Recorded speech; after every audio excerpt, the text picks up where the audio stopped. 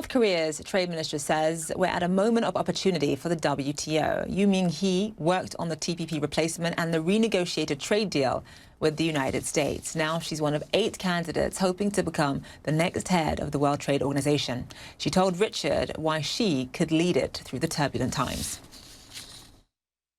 We need a new director general who can deliver successful outcomes. And throughout my career, I have negotiated, finalized, and implemented numerous trade deals, not only with major countries such as the US, China, and EU, but also with the countries spanning all levels of development.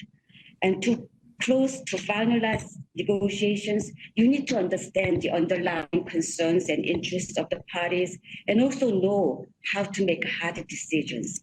And I have done this again and again, and I'm ready to do so again as the next Director General. But the US has already put on the plate a trade agenda that many other countries simply find unacceptable.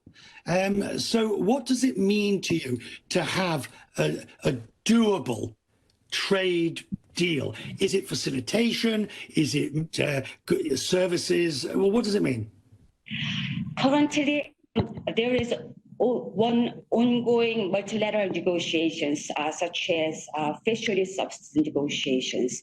So this is the only ongoing multilateral negotiations at the WTO. And if we conclude these negotiations and deliver successful outcome at the next ministerial meeting, we could contribute to the sustainable development and also could show to the world that WTO is viable and WTO is relevant. That's the point, though, isn't it? That is the point.